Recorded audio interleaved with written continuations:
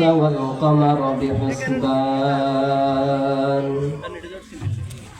والنجم والشجر يسجدان وفضل زمانا على زمان كما فضل مكانا على مكان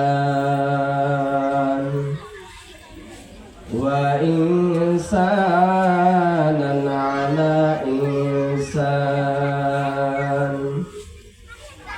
ونشهد أن لا إله إلا الله وحده لا شريك له لا ضد له ولا ند له ولا مثال له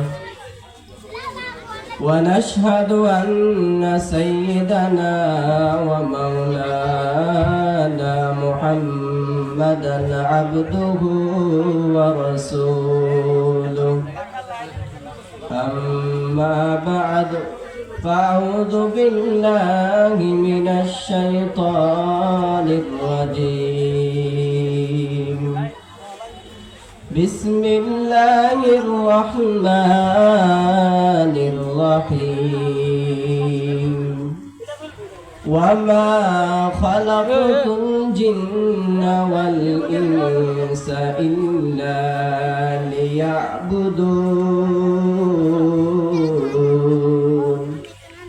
وقال النبي صلى الله عليه وسلم لا طاعة لمخلوق في معصية الخالق أو كما قال عليه الصلاة والسلام صدق الله مولانا العظيم وصدق رسوله النبي الكريم ونحن على ذلك من الشاهدين والشاكرين والذاكرين والحمد لله رب العالمين कुदरत का तमाशा है मदीना की गली में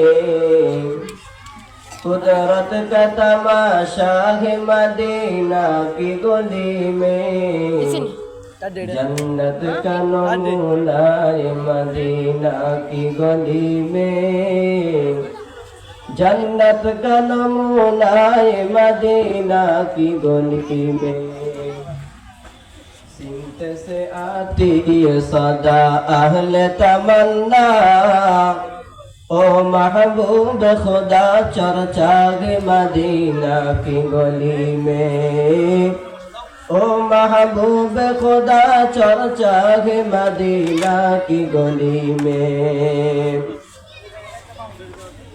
बेअश्क नबी जिसने दिया दर्स बुखारी आता है बुखार ना आती दर से बुखारी आता है बुखार ना आती दर से बुखारी उल्फत में बराबर के वफा हो के जफा हो हर चीज में लज्जत है अगर दिल में मजा हो हर चीज में लज्जत है अगर दिल में मजा हो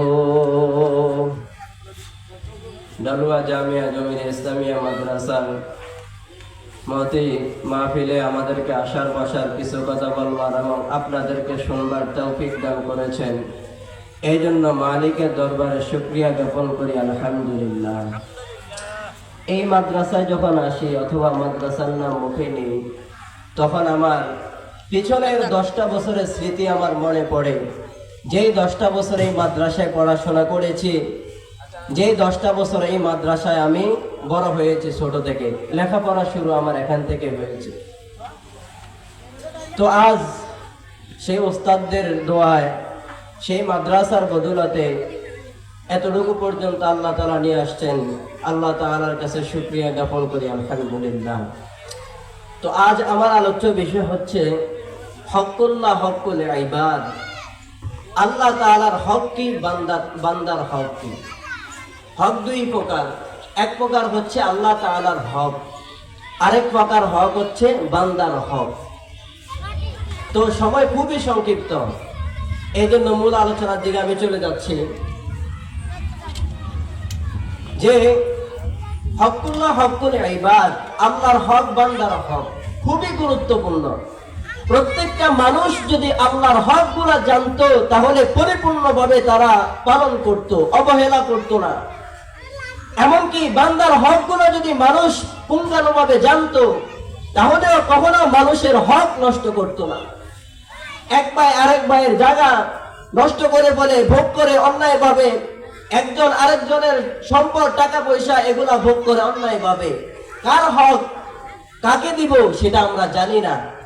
এই জন্য দেখা যায় হকুল্লাহ হকুল ইবাদ উভয়টা পালন করার ক্ষেত্রে আমাদের ঘাটতি। এই হকুল্লাহ হকুল ইবাদ, তো আল্লাহ তাআলার হক কি বান্দার হক কি আমাদেরকে জানা দরকার। সংক্ষিপ্ত আকারে বলতেছি। নবী আলাইহিস সালাতু ওয়াস সালাম একবার মুআয ইবনে জাবাল রাদিয়াল্লাহু তাআলা আনহুকে নিয়ে তিনি এক সফরে যাইতেছেন। মুআয ইবনে জাবাল রাদিয়াল্লাহু তাআলা আনহুকে বললেন, ও মুআয, হাল তাদরি মা হকুল্লাহি আলাল ইবাদ, তুমি কি জানো আল্লাহ তাআলার হক বান্দার কাছে কি? ওয়া হাক্কুল ইবাদি আলাল্লাহ, এবং বান্দার হক আল্লাহ তাআলার কাছে কি তুমি জানো? বলার সাথে সাথে মুআয ইবনে জাবাল রাদিয়াল্লাহু তাআলা বললেন, লাব্বাইক ওয়া সা'দাইক ইয়া রাসূলুল্লাহ। ওগো মায়ার নবী, আল্লাহু আ'লামু ওয়া রাসূলুহু, আল্লাহু আ'লামু ওয়া রাসূলুহু, আল্লাহ এবং তার রাসূল ভালো জানেন, আমি জানি না। সাহাবায়ে কেরাম সাথে সাথে বলছেন, মুআয ইবনে জাবাল রাদিয়াল্লাহু তাআলা আনহু তিনি বলে দিলেন, না রাসূল, আমি জানি না। সাথে সাথে বলে দিলেন। মুআয ইবনে জাবাল রাদিয়াল্লাহু তাআলা আনহু কেমন সাহাবী, একজন ফকি মুস্তাহিদ সাহাবী তিনি। এই সাহাবায়ে কেরামের মর্যাদা এত কেন? আল্লাহর হাবিব সাল্লাল্লাহু আলাইহি ওয়াসাল্লামের সোহবত গ্রহণ করার কারণে যা বলেছেন তা পালন করেছেন, যা থেকে বিরত রেখেছেন সেগুলা পালন করেছেন। এই জন্য সাহাবায়ে কেরাম এত মর্যাদাশীল। আল্লাহ কোরআনের মধ্যে তাদের সম্পর্কে বললেন, নবী হাদিসের মধ্যে মানাকিবুস সাহাবা অধ্যায় খুললে দেখা যায় সাহাবায়ে কেরাম সম্পর্কে তারা তাদের সুসংবাদ, জান্নাতের সার্টিফিকেট তারা পেয়েছেন। সেই সুসংবাদগুলো কোরআন হাদিসের মধ্যে আছে। তো সাহাবায়ে কেরাম রাসূলকে মানার মতো মানতেন, জানতেন, সাথে সাথে জানার সাথে মানতেন। এই জন্য সাহাবায়ে কেরাম হলো উম্মতের জন্য মিআইয়ারুল হক, সত্যের মাপকাঠি। সাহাবায়ে কেরামকে সত্যের মাপকাঠি যারা মানবে না তাদের ঈমানের মধ্যে নুকসানিয়াত আসবে। আকীদার কিতাবে আছে, আমাদের কওমি মাদ্রাসার মধ্যে প্রাথমিক পর্যায়ে যে আকীদার কিতাব পড়ানো হয় সেই কিতাব আমি পড়াই মাদ্রাসার মধ্যে, আকীদাতুত তাহাবী। সেই কিতাবের মধ্যে আছে হুব্বুহুম ঈমানুন ওয়া ইহসানুন, সাহাবায়ে কেরামের ভালোবাসা এটা হলো ঈমান আর ইহসান। ওয়া বুগদুহুম, আর সাহাবায়ে কেরামের সমালোচনা করা, সাহাবায়ে কেরামকে সত্যের মাপকাঠি না মনে করা, এটা হচ্ছে নিফাকুন ওয়া কুফরুন ওয়া ফিসকুন, এটা হলো কুফরি এবং ফিসক এবং ফাসিক। সাহাবায়ে কেরাম উম্মতের জন্য সত্যের মাপকাঠি। এই আকীদা আমাদেরকে মানতে হবে। কিছু আকীদা আছে যে আকীদার গুনার কারণে ঈমান চলে যায়, কিছু কাজকর্ম আছে যেগুলা করার দ্বারা ঈমান চলে যায়, কিছু আবার আকওয়াল আছে, কথাবার্তা, এগুলোর মাধ্যমে ঈমান চলে যায়। তো সাহাবায়ে কেরাম হলো সত্যের মাপকাঠি। এদেরকে যারা মানবে না এটা হচ্ছে আকীদার সাথে সম্পৃক্ত। যারা সাহাবায়ে কেরামকে মানবে না তাদের আকীদার মধ্যে সমস্যা আছে, নুকসানিয়াত আছে। এই জন্য সাহাবায়ে কেরামকে মানতে হবে। কারণ সাহাবায়ে কেরাম রাদিয়াল্লাহু তাআলা আনহুম আজমাইন আল্লাহ তাআলা কোরআনের মধ্যে তাদেরকে মিআইয়ারুল হক বলে সাব্যস্ত করে দিলেন। সাহাবায়ে কেরামের এত মর্যাদা আল্লাহ তাআলা কোরআন, রাসূল সাল্লাল্লাহু আলাইহি ওয়াসাল্লাম হাদিসের মধ্যে বলে দিলেন। সাহাবায়ে কেরাম ইমাম মুসলমান হওয়ার পূর্বে তাদের কোনো নাম সুনাম ছিল না, কিন্তু ঈমান গ্রহণ করার পরে এই সাহাবায়ে কেরামের মর্যাদা, তাদের নাম, তাদের সুখ্যাতি, তাদের উপাধি হয়ে গেছে।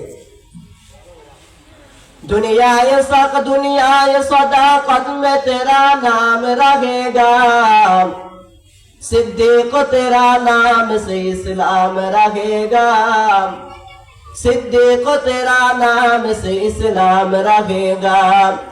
दुनिया सखावत में तेरा नाम रहेगा, उस्मान तेरा नाम से इस्लाम रहेगा, उस्मान तेरा नाम से इस्लाम रहेगा। दुनिया मुअज्जिन में तेरा नाम रहेगा, बेलाल तेरा नाम से इस्लाम रहेगा, बेलाल तेरा नाम से इस्लाम रहेगा। दुनिया मुहद्दिस में तेरा नाम रहेगा, अबू हुरैरा तेरा नाम से इस्लाम रहेगा। সাহাবায়ে কেরাম ইসলাম গ্রহণ করার কারণে তাদের মর্যাদা এত হয়ে গেছে, দুনিয়ার মধ্যে জান্নাতের সার্টিফিকেট পেয়ে গেছে। তো যে কথা বলতেছিলাম, মুআজ ইবনে জাবাল রাদিয়াল্লাহু তাআলা আনহুকে বললেন, ও মুআজ, তুমি জানো আল্লাহ তাআলার হক বান্দার কাছে কি আর বান্দার হক আল্লাহ তাআলার কাছে কি? তিনি বললেন, আল্লাহ এবং তার রাসূলই ভালো জানেন, আমি জানি না। মায়ের নবী সাল্লাল্লাহু আলাইহি ওয়াসাল্লাম এবার বলেন, ও শোনো মুআজ, ফাইন্না হক্কাল্লাহি আলাল ইবাদ, বান্দার উপরে আল্লাহ তাআলার হক হচ্ছে দুইটা, আর বান্দার হক আল্লাহর কাছে পাওনা হচ্ছে একটা। বান্দা দুইটা হক আদায় করবে, আল্লাহ তাআলাও বান্দার হক আদায় করে নিবে। বান্দার কাছে আল্লাহ তাআলা কি হক পান? যে দুইটা। রাসূল বলেন, আইয়াবুদু, যে বান্দারা আল্লাহর ইবাদত করবে। দুই নাম্বার হচ্ছে ওয়ালা ইউশরিকু বিহি শাইআ, এবং তারা আল্লাহ তাআলার সাথে কাউকে শরীক করবে না। এই দুইটা পালন করলে আল্লাহ আমার একটা হক আদায় করবেন। সেটা কি? রাসূল বলেন, লা ইউআযিবু মান লা ইউশরিকু বিহি শাইআ, আল্লাহ ওই বান্দাদেরকে শাস্তি দিবেন না যে বান্দারা আল্লাহর সাথে শরীক করবে না, অর্থাৎ তাদেরকে জান্নাত দান করবে। তাহলে আল্লাহ তাআলার এক নাম্বার হক হচ্ছে আইয়াবুদু, রবের ইবাদত করা। এটা হচ্ছে আল্লাহ তাআলার এক নাম্বার হক বান্দার কাছে। আর আল্লাহ তাআলা মানুষকে দুনিয়াতে প্রেরণ করেছেন কেন? তার ইবাদতের জন্য। আল্লাহ বলেন, ওয়ামা খালাকতুল জিন্না ওয়াল ইনসা ইল্লা লিয়াবুদুন। আল্লাহ বলেন, ওয়ামা খালাকতুল জিন্না ওয়াল ইনস, আমি আল্লাহ তাআলা মানুষ আর জিন জাতিকে সৃষ্টি করি নাই ইল্লা লিয়াবুদুন, তবে হ্যাঁ, আমি রবের ইবাদত করার জন্য। আয়াতের দুইটা অংশ, একটা হচ্ছে হ্যাঁ বাচক, আর একটা হলো নফি না বাচক। ওয়ামা খালাকতুল জিন্না ওয়াল ইনসা, আমি আল্লাহ তাআলা জিন এবং ইনসানকে সৃষ্টি করি নাই না বাচক। ইল্লা হরফে ইস্তিসনা এসে এটাই বলে দিল কেবলমাত্র আল্লাহ জিন এবং ইনসানকে সৃষ্টি করেছেন রবের ইবাদত করার জন্য। প্রশ্ন করতে পারেন, হুজুর, জিন আর মানুষের কেন কথা বললেন? গরু, ছাগল, অন্যান্য মাখলুকাতের কথা কেন বললেন না? কারণ পরকালে হাসরের ময়দানে মানুষের, ইনসানের, মানুষ আর জিনের হিসাব হবে, অন্যান্য প্রাণীগুলোর হিসাব হবে না। এই জন্য আল্লাহ বলেছেন, ওয়ামা খালাকতুল জিন্না ওয়াল ইনস, আমি আল্লাহ তাআলা মানুষ আর জিন জাতিকে প্রেরণ করেছি একমাত্র আমি রবের ইবাদত করার জন্য। আল্লাহ বলেন, ওয়ামা খালাকতুল জিন্না ওয়াল ইনস, আমি আল্লাহ তাআলা শুধু মানুষকে দুনিয়ার মধ্যে দুনিয়া কামানোর জন্য সৃষ্টি করি নাই। আমি আল্লাহ মানুষকে শুধুমাত্র ব্যবসা বাণিজ্য, গাড়ি চালানোর জন্য সৃষ্টি করি নাই। ও ভাই, দুনিয়া আমাদের আসল মাকসাদ নয়, আসল মাকসাদ হলো আমাদের আখিরাত। কোন দুনিয়া নিয়ে আমি পড়ে রয়েছি? যেই দুনিয়া সম্পর্কে মায়ার নবী বলেন, আর দুনিয়া মালউনুন মালউনুন মা ফিহা, এই যে দুনিয়া দেখতেছো কত সুন্দর, খুঁটিবিহীন আসমান, জমিন কত সুন্দর, গাছ গাছালি কত সুন্দর, সব কিছু ধ্বংসশীল। এই দুনিয়াতে যা কিছু আছে একদিন শেষ হয়ে যাবে। কোন দুনিয়ার মধ্যে তুমি রয়েছ? এক শায়ের বলেন, আদ দুনিয়া হিয়া আকাল্লুম মিনাল কলিলি ওয়া আশিকুহা আদাল্লুম মিনাল যালিলি। যারা দুনিয়ার পিছনে দৌড়ায়, দুনিয়া নিয়ে ব্যস্ত, তারা ধ্বংস, তারা পাগলের মতো ঘুরবে, আশেক হয়ে ঘুরবে। এই জন্য আল্লাহ তাআলা আমাদেরকে দুনিয়ার জন্য সৃষ্টি করেন নাই। তবে হ্যাঁ, দুনিয়া অর্জন করতে হবে, দুনিয়ার মধ্যে টাকা পয়সা অর্জন করতে হবে, ব্যবসা বাণিজ্য সবকিছু করতে হবে, কিন্তু আমার ফিকির রাখতে হবে আমার আখিরাত। শুধু ব্যবসা করলে চলবে না, শুধু দুনিয়ার কাজকর্মের মধ্যে ব্যস্ত থাকলে চলবে না। মালিক কেন সৃষ্টি করছেন, প্রত্যেকটা মানুষের বিবেক নিয়ে, বিবেকের মধ্যে এটা চিন্তা ফিকির করা দরকার। কেন আল্লাহ দুনিয়াতে প্রেরণ করলেন, কেন আল্লাহ তাআলা দুনিয়াতে আমাকে প্রেরণ করেছেন? ও ভাই, ডালুয়ার যারা ব্যবসায়ী আছে তারা একটু ফিকির করা দরকার। আমরা শুধু ব্যবসা করলে চলবে না, ব্যবসা করব সাথে সাথে আল্লাহ তাআলার হুকুম মানবো। যখন আজান দিয়ে দিবে 5 ওয়াক্ত নামাজ আদায় করব। আল্লাহ তাআলা আমাদেরকে আল্লাহর হক যে দুইটা, 1 নাম্বার হক হচ্ছে আল্লাহ তাআলার ইবাদত করা, 2 নাম্বার হচ্ছে আল্লাহ তাআলার সাথে কাউকে শরীক না করা। এই দুইটা যখন কোনো বান্দা আদায় করবে তখন আল্লাহ তাআলা বান্দার হক আদায় করবেন, সেটা হলে জান্নাত। একটা হাদিস বলে শেষ করে দিচ্ছি, জান্নাত কাদেরকে দিবেন? দুনিয়ার কোনো মানুষকে দিবেন না। যারা ব্যবসা নিয়ে ব্যস্ত, আল্লাহর হুকুম মানে না, তাদেরকে আল্লাহ তাআলা জান্নাত দিবেন না। আল্লাহ নিজে হাদিসে কুদসির মধ্যে বলেন, আ'দাতু লিইবাদিয়াস সালিহিন মা লা আইনুন রাআত ওয়া লা উযুনুন সামিআত ওয়া লা খাতার আলা কলবি বাশার। আল্লাহ বলেন জান্নাত বানাইছি এমন মানুষ যারা নেককার, আমার নেককার বান্দা যারা আছে, এদের জন্য আমি আল্লাহ তাআলা এই জান্নাতকে বানিয়েছি, যে জান্নাতটা কোনো মানুষের চক্ষু দেখে নাই, কোনো মানুষের ত্বক পর্যন্ত স্পর্শ করে নাই, কোনো মানুষের কান সেটার আওয়াজ পর্যন্ত শুনতে পারে নাই।